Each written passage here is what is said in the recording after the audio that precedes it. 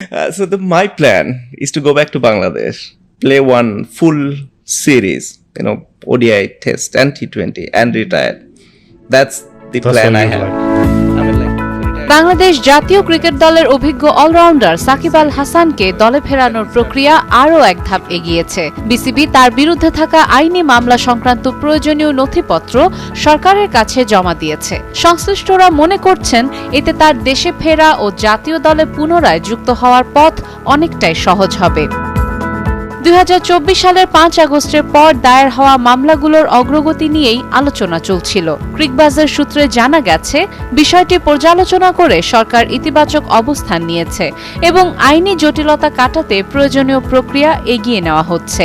যেহেতু তাদের যে মামলা সংক্রান্ত বিষয়টি রয়েছে সেটি রাষ্ট্রীয় সিদ্ধান্ত। যুব ও ক্রীড়া প্রতিমন্ত্রী আমিনুল হক আগেই বলেছিলেন, রাজনৈতিক কারণে কোনো ক্রীড়াবিদ যেন ক্ষতিগ্রস্ত না হন সে বিষয়ে সরকার সচেতন থাকবে।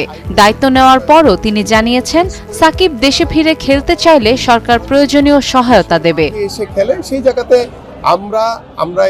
আমি একজন স্পোর্টসম্যান হিসেবে অবশ্যই এটাতে আমি তাদেরকে ওয়েলকাম করব। বিসিবির পক্ষ থেকেও বিষয়টি গুরুত্ব সহকারে দেখা হচ্ছে। বোর্ড জানিয়েছে, মামলার বিষয়টি সরকারের আওতায় থাকলেও খেলোয়াড়ের নিরাপত্তা নিশ্চিত করা হবে। জাতীয় দলের প্রয়োজন অনুযায়ী তাকে ফেরাতে আনুষ্ঠানিক যোগাযোগের পর এবার নথিপত্র জমা দেওয়া হয়েছে। আগামী মাসে পাকিস্তানের বিপক্ষে বাংলাদেশের হোম সিরিজ রয়েছে।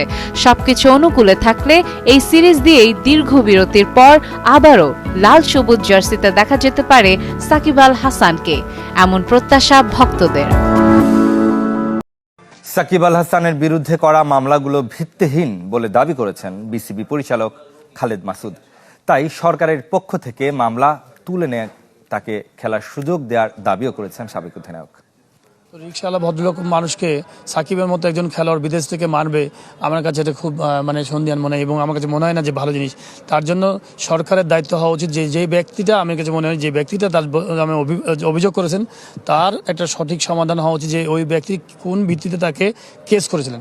হয়তো পলিটিক্যাল কেসটা আলাদা, কিন্তু তার নামে যে কেসটা হয়েছে আমি মনে করি যে ব্যক্তি ভুল কেস করেছেন।